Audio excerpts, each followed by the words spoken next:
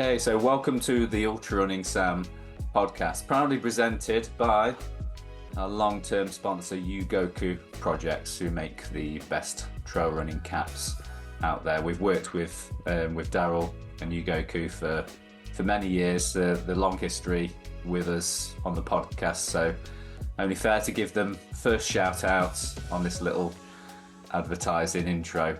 So while we're talking about sponsors, we've picked up a new sponsor, so Phoenix Head Torches. Now, if you have any association with any of the big long ultras that go through the night, then head torches are essential. So you know how needed these things are especially in the British wintertime. You've probably heard me bang on about these during the spine and how good they are. Now, they're a new sponsor of the podcast, but I've been using Phoenix Head Torches for a couple of years now because of how good they are and the reputation that they have for being basically indestructible, and the amazing performance that they give you. Literally, during the whole of the spine, they charge up really quickly, and I never ever felt like I didn't have enough light out there. So they're a new sponsor of the podcast going forward. They want to get involved more with they're a Chinese company. They want to get involved a bit more with the UK trail running industry. So we've teamed up to help get them out there. A lot of people know who they are already, but if you haven't heard of them, then check out my Instagram, and there'll be some discount codes coming. And as always with Overcooking, there'll always be discount codes knocking around. So I probably sent them out before, but if there isn't one showing on my Instagram page, then just send me a DM and I'll get those codes to you. Okay, so obligations are done. On with the show. Okay, we are recording. So welcome to returning guest to the Ultra Running Sam podcast, Josh Wade. Thanks, Sam. Thanks for having me. That's all right, no problem, mate. This is we got this together quickly, didn't we? Yes, yeah, very quickly, yeah.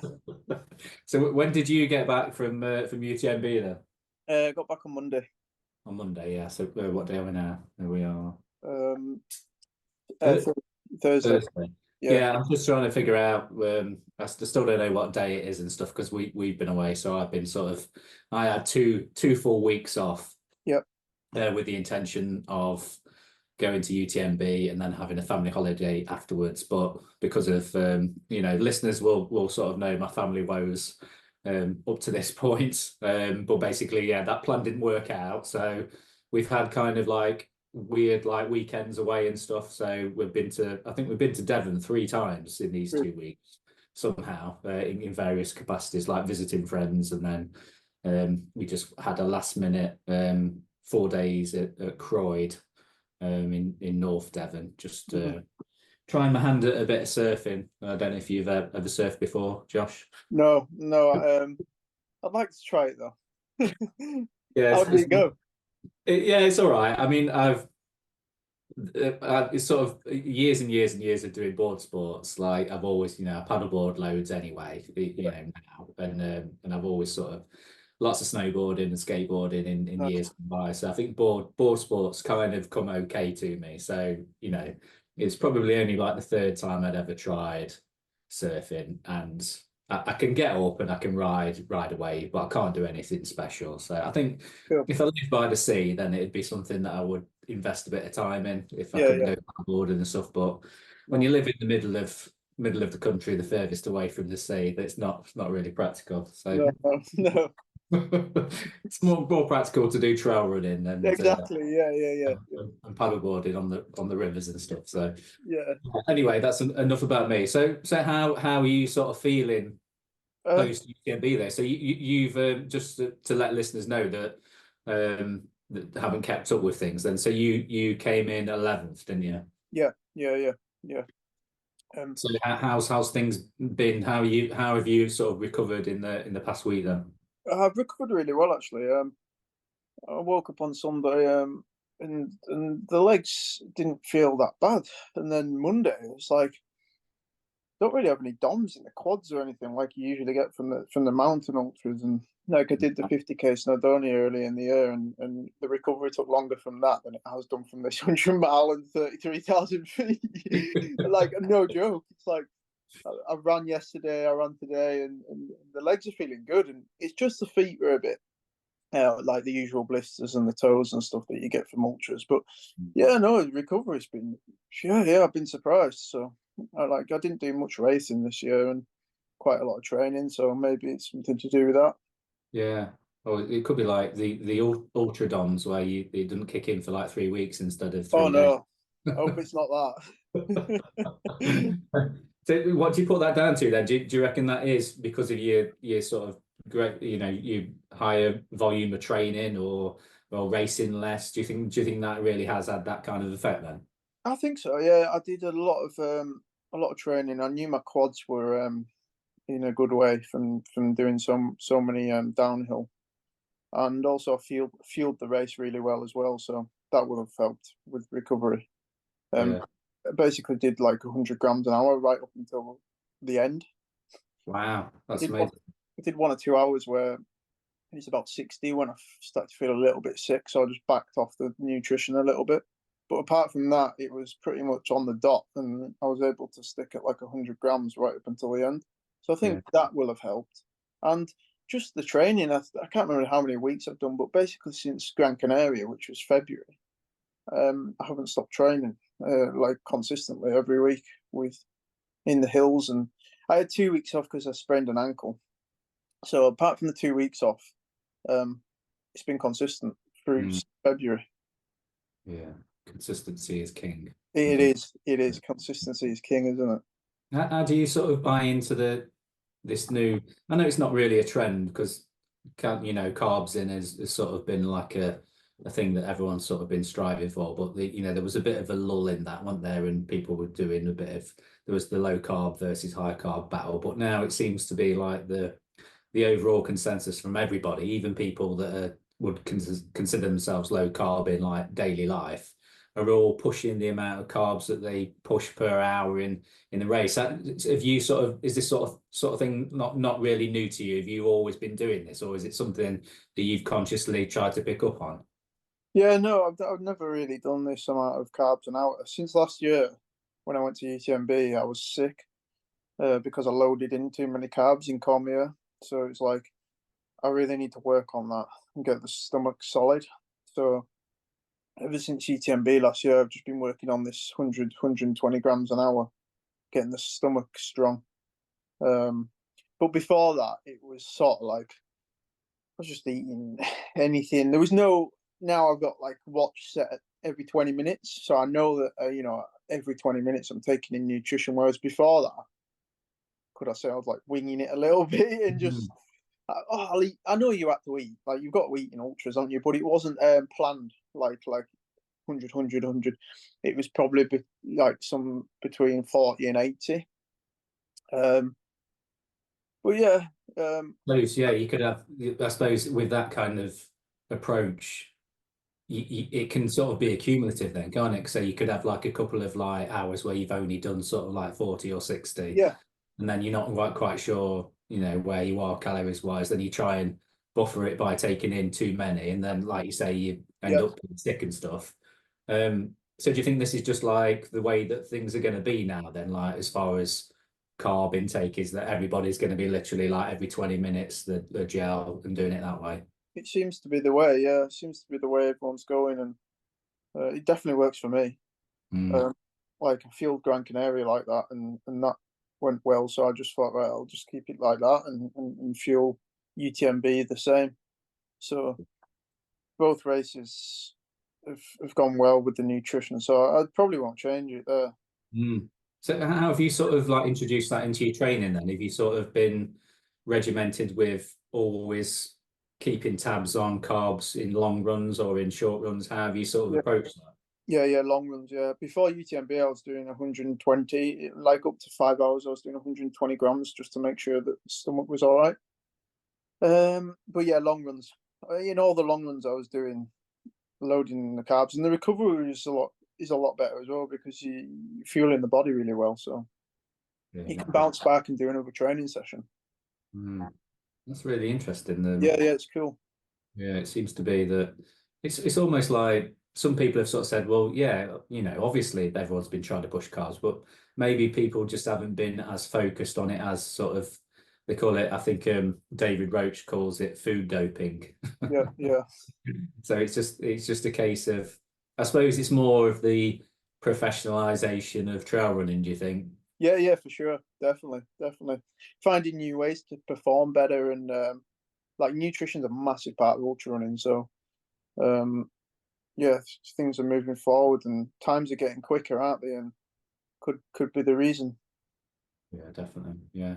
So what's your sort of view on how the race unfolded for you then? If you talk the listeners and viewers few, I can't say that word, through. Yeah. How it went for you, sort of from the beginning of the race and how things unfolded, because a few big names dropped out, didn't there? Yeah, for sure. Yeah. It wasn't actually a day where all the stars aligned and it was like, this is a perfect race. That was not the case. I had like a full-on battle quite a bit. I set off, and obviously UTMB is really quick. It was like 6-minute miling down to La Houche or something like that. It was crazy. So I went with it, and I felt good. Like I knew I was in good shape. I spent a month in Teen in the Alps just training. So I'm like, okay, I'm in good shape. I've done everything that I want to do in training, and I'll just go with it. So I went with it, and I felt good.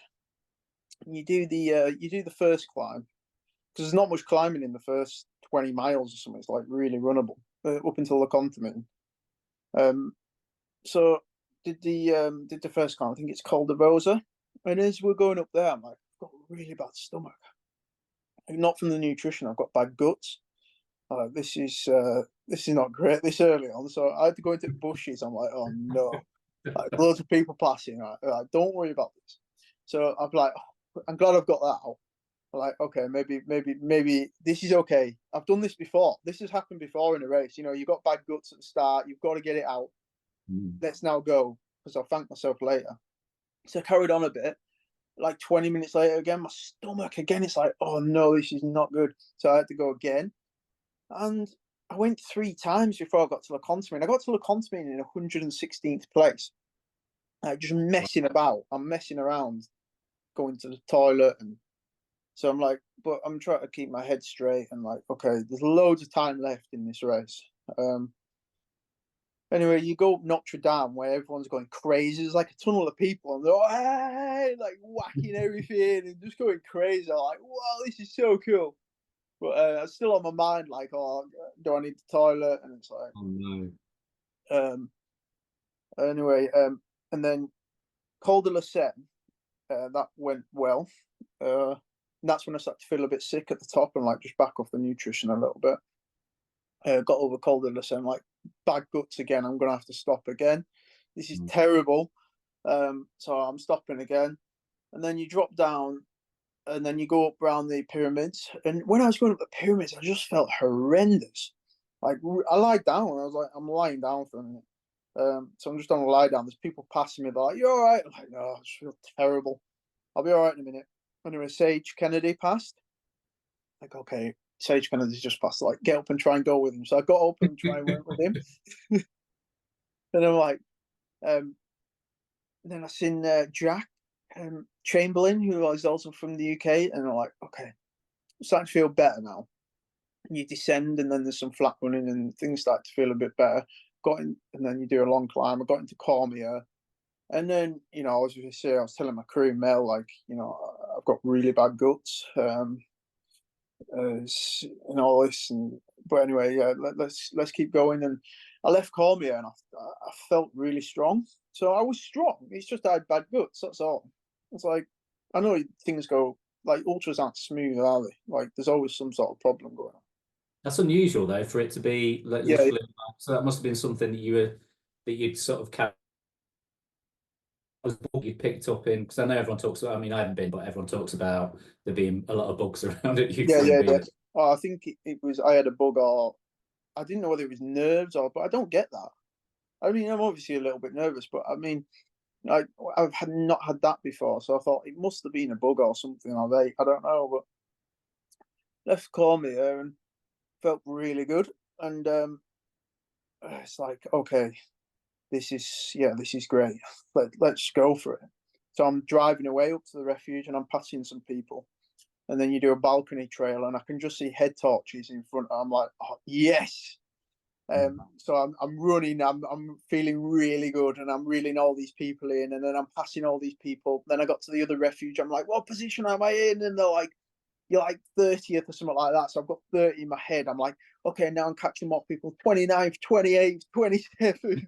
Then I got to this other refuge and I'm just like, I'm loving it. And I'm like,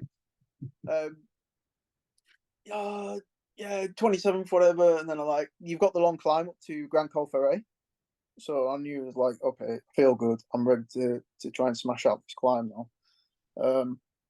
And I was reeling more people in and ticking off the counting down in my head what positions we're going to. And I'm just looking forward to getting to Champagne Lac now, which is 50k left from Champagne Lac. Because the course, if there's any course that suits me at the end, it's probably that one, because I love long climbs and I love long descents.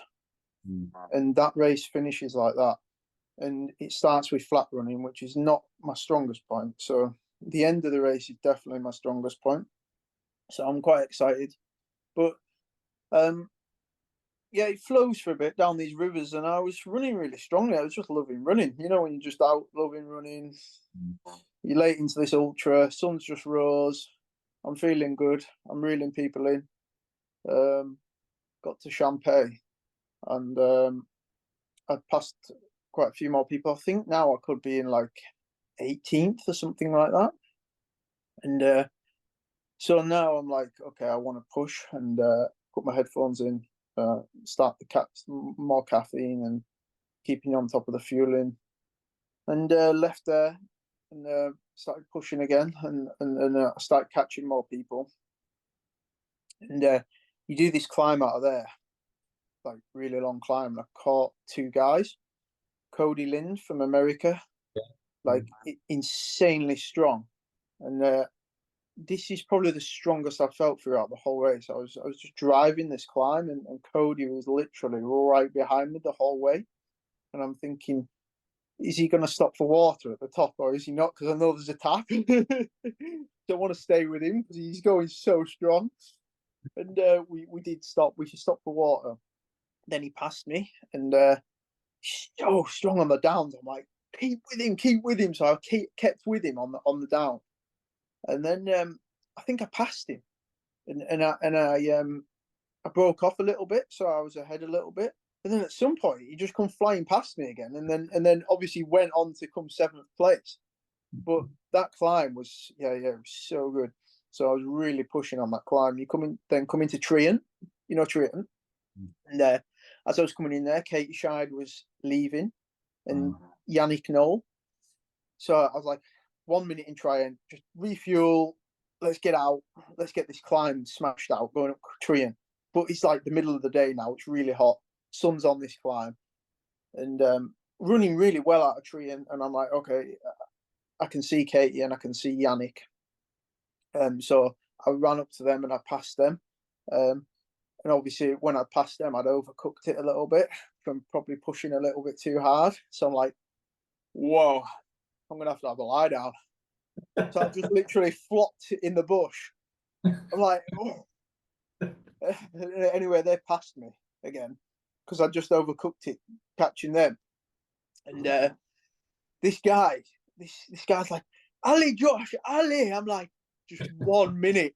Just 1 minute. He's like, come on, they're going. I'm like, just 1 minute. Anyway. I don't recommend lying down in ultras if you want to get to the finish line fast. I've never really done this before, but I tell you, I needed that lie down. It was just like a whole, whew, it's really hot. I've just overcooked it, trying to catch these two. Like, they are so strong as well. Anyway, this guy, he's like, come on, Josh, Ali. I'm like, is there any water at the top? And he's like, yeah, there's water at the top. I'm like, right, let's get this climb done. So I set off like quite slower this time. I didn't want to overcook again. Got back into my groove a little bit. It felt tough, that climb. You go over the top. Managed to get my water at the stream.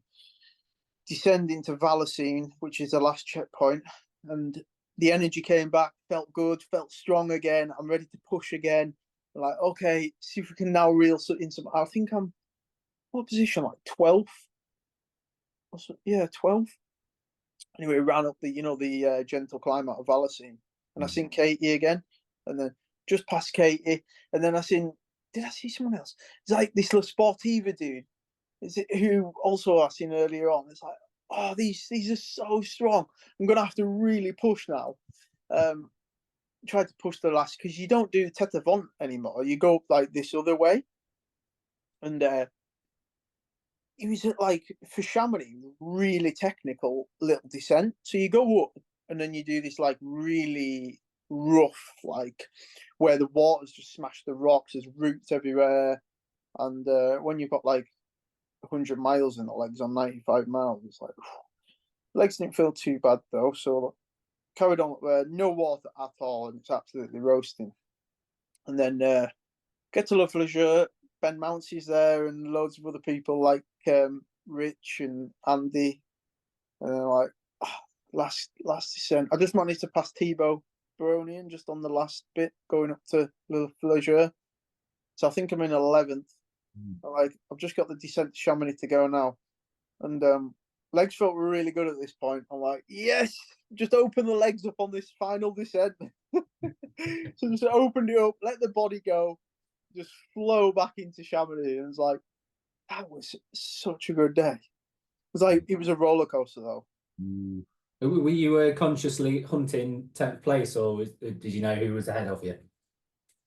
Yeah, it would have been good, but then I thought everyone here is so strong around here. It's like try to smash out these climbs, and like the Trient climb, and Valacine, and these people are pushing hard. So I couldn't have got more out of myself, which is on the day. So I was just grateful for that, because there aren't many ultras where you can really get the best out of yourself like that, where I felt like I was pushed to my limits.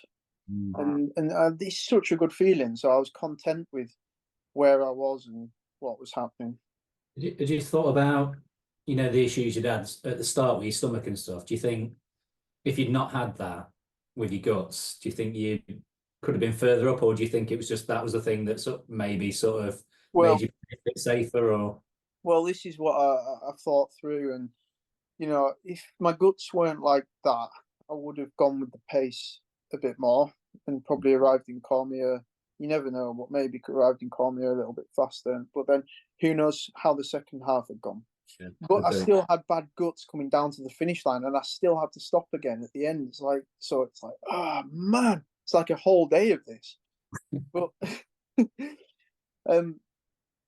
but you could argue that if I didn't have the bad guts, I could have blown up in the second half, or I could have then ran a good, maybe a faster race. But you just never know. This is ultra running, isn't it? Yeah, that's it. Yeah, and sometimes when you've got one of those days, you just have to accept all the stuff that's gone wrong. You just got to accept that it's gone wrong, and there's nothing you can do about it. Is there? No. I know I had in May I had a race where I had bad guts, and I felt rough all week with it, and then set off on this race, and I thought I'd been feeling okay for a couple of days, and I thought, oh, maybe I'm over it. And like you say, literally within about, I had a couple of gels, and it was probably like sort of an hour in. My guts were like, right, you've got to go now, and was like, so that was on Stanage Edge. You know how busy it is on Stanage Edge. Yeah. Oh no, where do I go? you kind of perfect the drop, don't you? Quite to a bit of an art form. Yeah. Unload quick and move on. And that was the same. That was only like a 50k, but I had it all the way literally to the end the same. Like I was still like within the last mile of the race, I'd still had to like dive in the bushes. And, when's this gonna end? And then I was absolutely fine after the race. There's nothing at all. So yeah. It's unusual, isn't it? Yeah, it's horrible. It's horrible. These are the variables that you have to put up with in. Yeah, this is it. Yeah.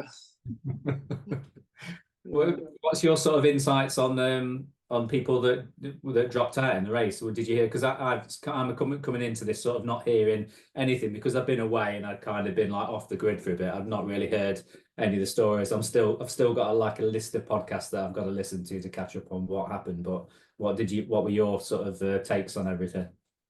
Yeah, I thought it was pretty crazy. This race is always crazy, right? But then also this year there was a lot of top guys that dropped out. I'm not sure the reasons, but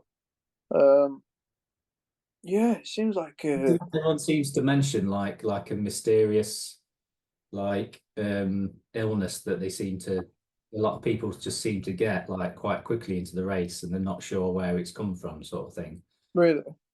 Yeah, this from what I've seen, it just seems like. Do you think that's just people just overcooking it too early? Do you think? I'm not sure. Yeah, the race does go out crazy. like 6-minute milings at the start of 100 mile and 30,000 feet. It didn't feel too bad, but yeah, it could be. It could be. There will be a lot of blow-ups for sure. Yeah, there's got to be, right? I think to really perform at that race, I think you have to take risks and really push the boundaries and probably some will go the full loop and not blow at all, and maybe people will blow somewhere on the loop. But I think to really perform at that race, I think you have to really go for it and take the risk. Yeah, that's it. And like sometimes it works out in races and sometimes it goes horribly wrong. Exactly. Yeah. Like we know when you go out the door, one day you can feel really good. You want to run all day, and some days it can feel a bit of a grind. And I think that can just happen with racing as well. You can set off, feel absolutely amazing, and you just want to run all day. Or some days you set off and you've got to fight, haven't you? You've got to challenge yourself. And yeah, it's fun, isn't it? That's the fun of it. Yeah, that's it. That's the interest. That's the interesting thing about it. But it can be frustrating, can't it? Like if you've like prepared, like focused your like whole season on one race, and then on the day, just not feeling it. I know. And so many people do this with this race with UTMB. Like so many people focus on this race, put so much time and invest so much into this. Yeah. Putting all the eggs in one basket. Exactly. I kind of felt like I did that this year. Yeah. What was your sort of prep this year for it? Did you sort of you raced earlier in the year? What did you consciously done that then, or is it just the way things have like worked out with races? Yeah. Well, UTMB is like kind of my goal for the next few years. So, I do want to focus on that race. So I'll try and plan each season around UTMB. So this year was definitely planned around UTMB. I started the year with Transgran Canaria, the 126k. Then I did the 50k at Snowdonia, which was able to kind of fit in training. So there's not much taper or recovery. But I say recovery, I actually had really bad DOMs. So I did have to take a few days off. And then I was meant to do Lavaredo 80k, but the week before I sprained my ankle. But I'm like, I don't know. I think it was a blessing in disguise because of this UTMB. It's like, should I have done Lavaredo? And now I have more energy to put into UTMB, and now I can do this training block that I'm super excited for. Like, I was just so excited for this training block for UTMB. And I think that's how we should feel, shouldn't we? We should be like, yes, I just want to do this training and then I want to do the race. And I think that's when things could go well, because and we love it, don't we? But when things are so exciting and you want to do the training you want to do and the race you want to do, and then hopefully things could go better. Are you I can't remember if I asked you this last time. Are you self-coached or are you coached? I am self-coached now, but I did have Kim coach me, and then Matt. Yes, that was it. Yeah, I was trying to remember. But now I just want to wake up in the morning and do my own thing now, and I like it this way. Like the last month where I've done this training for UTMB, it's just I did my own thing, and I really enjoy it that way. Do you think that sort of you've had years of being coached and you understand what you've got to do, don't you? So it's easier for you to sort of then put that into practice yourself, isn't it? Yeah, for sure. Like I've learned a lot from these guys, Kim and Martin, and I want to put everything I've learned and how my own body feels off what kind of training I like. Do you know what I mean? Into how I'm going to prepare for these races. Yeah. So when I got to UTMB, I felt like I've done everything that I want to do. So I just felt content. So I was like, I've done everything I want to do and everything that I think I thrive off. So this like moving yourself to team for a month, is this going to be like what you're going to do every year? Are you going to go somewhere else? Is this sort of this works this year? So are you going to sort of repeat that for next year? Yeah, for sure. Yeah, I woke up on Sunday morning after the race. I'm like, right, we'll start looking at apartments in Brit. No joke. I've already been looking at ones I'm staying in for next year. I mean, we only live once, right? We got to go all in. Why not? Yeah. We got to go all in. It's like, okay, let's get this sorted and then get that planned. And then I'm going to go to team next year. But like team was stunning. It's like, have you ever been? Yes, yeah. I've been quite a few times snowboarding, so I've only ever been in winter. I thought you might have been. Yeah. It's so cool, isn't it? Because like it's got like a real vibe there of like snowboarder dudes. Right, isn't it? Like where I was staying in the apartment down below, they're all like proper snowboarder guys. Yeah, because teens it's got a glacier, hasn't it? So they're still skiing and boarding in the summer, aren't they? In teens, yeah. Super cool place. Yeah, it is. Yeah, definitely. How high is that? Because I've never really paid any attention to how high it was when I was there snowboarding, because I just think mountains and mountains. I never really. I know that Val Thorens is the highest resort? Is it? I think Val Thorens is the highest, or what's the other one? What's Voriaz is quite high, isn't it? Because that's all concrete, quite high up into it. Okay. I know it's a reasonable height, isn't it? So is that sort of on your mind when you're picking somewhere to go? Yeah, for sure. Yeah. It was 2,100 meters, so it was perfect. Like first turned up, some of the runs were quite tough. I didn't do any of the hard sessions in team for 2 weeks. I went down to Borg St. Maurice, and I found a really long climb there. It was like 6,500 feet all in one of just going up. I think it's on the TDS. So I was using that. Actually, so I was using that. And it's like I was doing that for my training. I didn't do really long training runs, like long runs. I went up to like 5.5 hours because I didn't want to smash out like 7 hours or whatever. I know some people do that, and it works for some, but I don't know whether it worked. Like it was quite fatiguing for me. I was able to then do a session like 2 days later. But no, a week before the race. So I did my training, and then a week before the race, so I did my training, and I'm going to do 2 weeks of taper.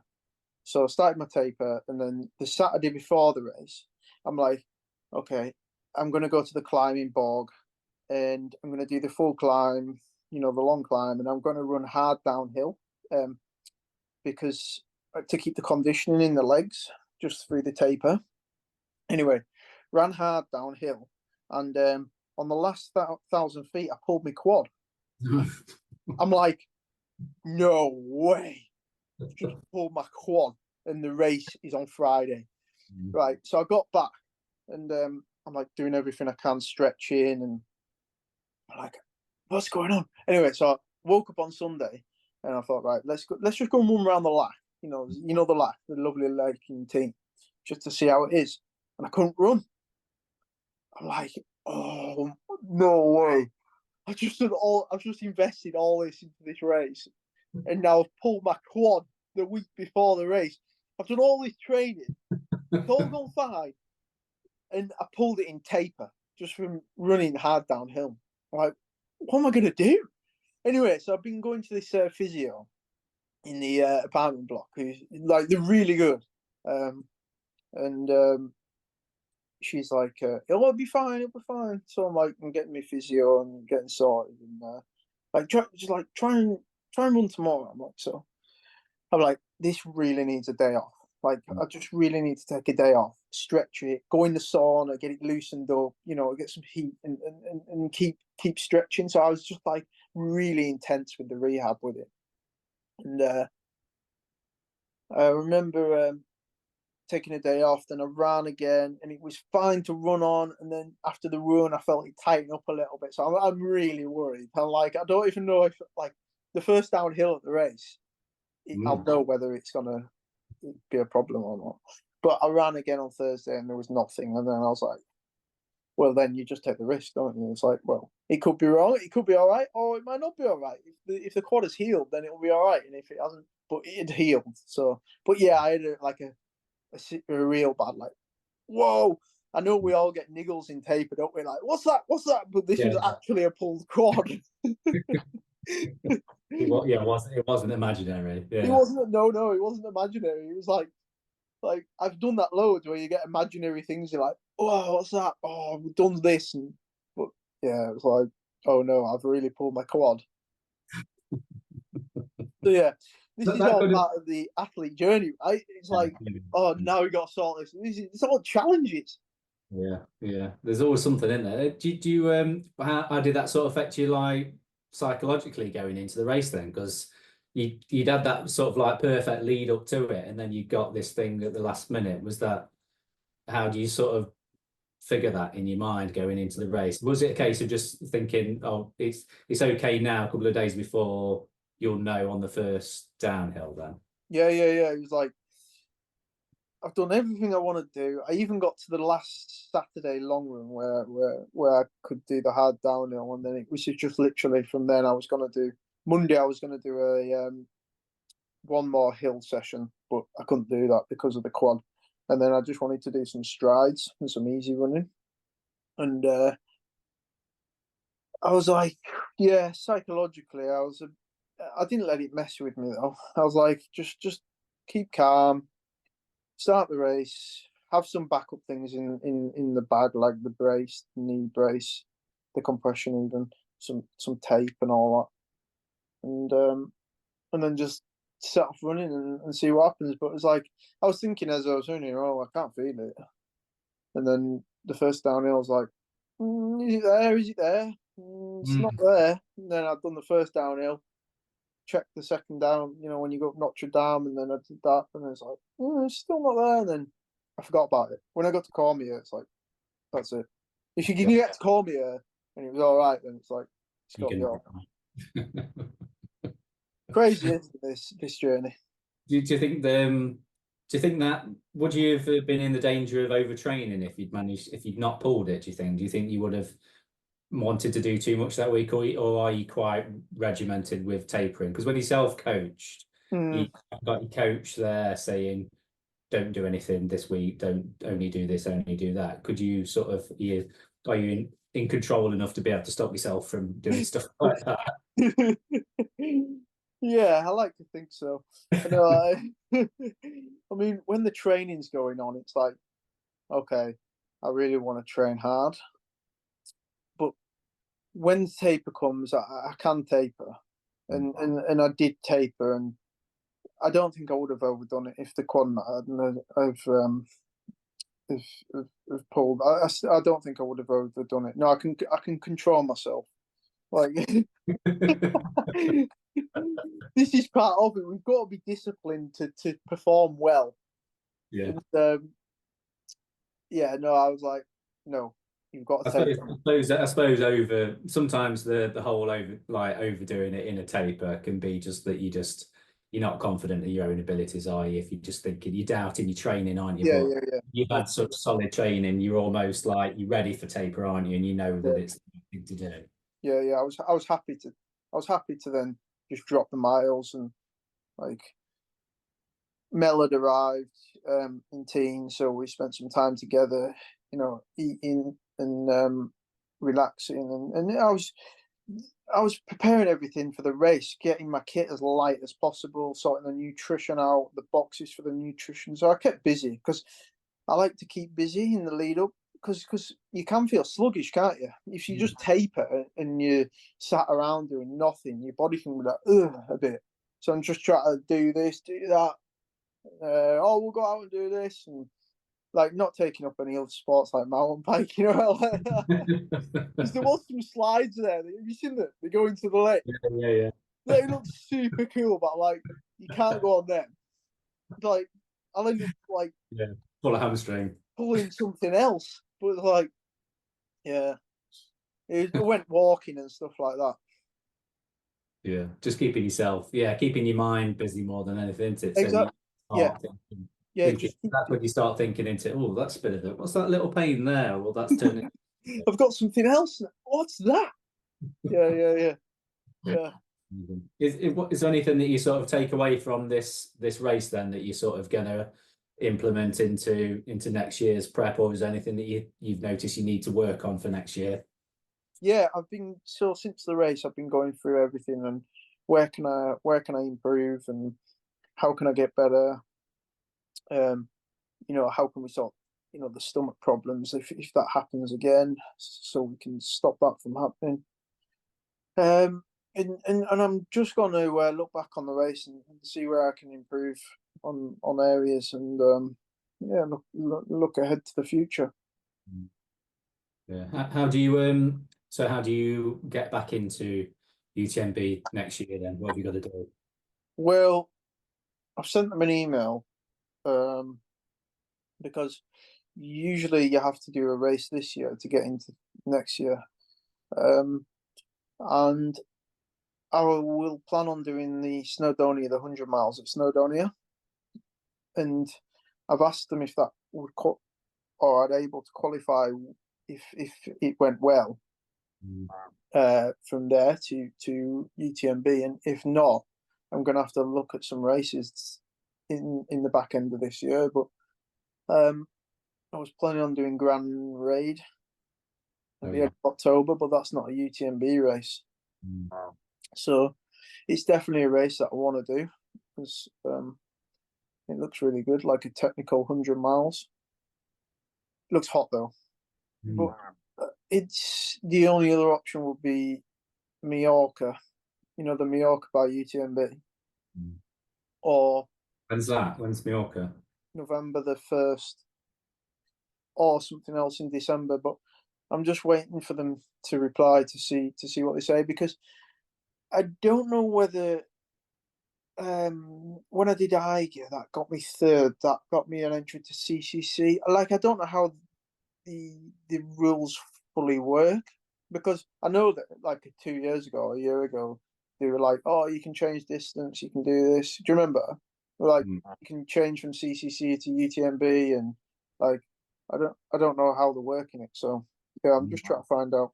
They do like with Western States, where if you top 10, you like automatically return the next year. Do they do anything like that? They might do. I know that I had a read through, and you can on like the UTMB index, if you score a certain amount, like 800 or something like that, you can, in a 100 miler, you can get your entry to UTMB that way.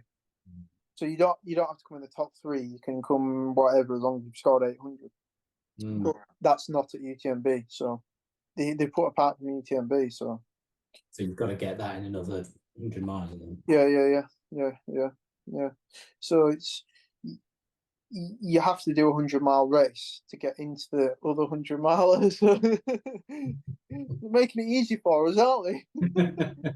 You have to do a 100-miler somewhere else with loads of to qualify to be able to do a 100 mile. and your prize is your next 100-miler, 33,000 feet of vert. Yeah, they've got it sewn up, haven't they? They've figured it out, haven't they? They've definitely figured out how to keep people coming back. Haven't they? And you can only qualify by going to a UTMB World Series race now. So they've got it like, okay, you have to go to one of these UTMB races. So they're getting them covered as well by everybody, aren't they? How do you feel about all that? Because there's been controversy, haven't there, over the years about the things that the way that they've done things. What's your sort of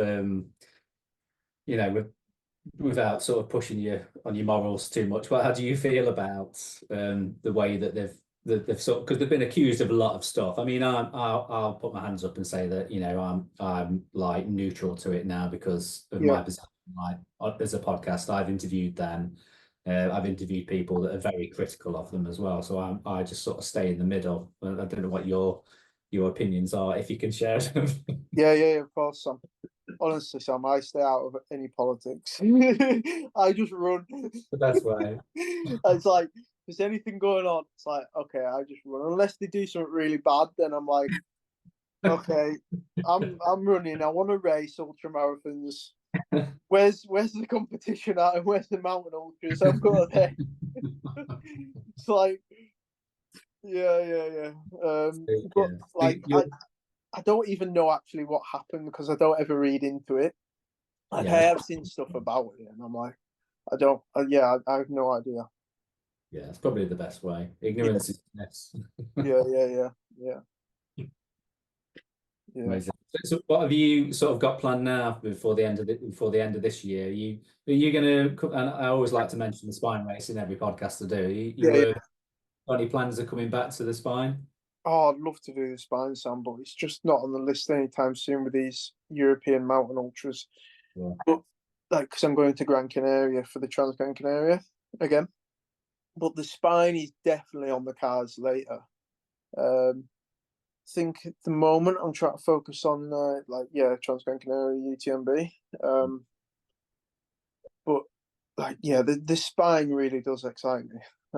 Like, how can it not, right? And Grand Raid. Excite, terrify. Yeah. Well, the mixture of, oh my word. They're the things we want to do, right? Grand Raid in October the 17th, Grand Raid. Yeah. I'm just trying to plan that. So I think that should be fun. And then nothing till Trans Gran Canaria in February. Yeah. Awesome. Are you doing spine? No, I'm back on the media team. Nice. Fine, yeah. So I enjoyed. I've got great memories of doing the spine still this year, in January, and I think I will. Although the wife disagrees with this, I will go back and do the full again at some point, definitely. Yeah. Because I feel like I could improve so much on it because now I kind of understand the race a little bit. But I don't know whether I'd get those perfect conditions again. I know I interviewed Nikki Spinks. She did it this year, didn't she? And I said, do you think that you'd go back? And she was like, when would you ever get like the most perfect weather again? Where it was like, because it was blue skies and snow, and it was cold. Yeah. There's a couple of points where going up to High Cup Nick, where I thought, if something goes wrong now, I'm dead, basically. Yeah. It's like so unbelievably cold. I've never ever been that cold in my life before, and cold. When it's cold in this country, but if you get moving, you're okay. And like you're like, oh, it's cold, but I'm warm because I'm moving. But even like with moving and trying to move as quickly as possible, you still could feel the cold like creeping into your body and getting in there, even with like every single layer that I've got with me. Yeah.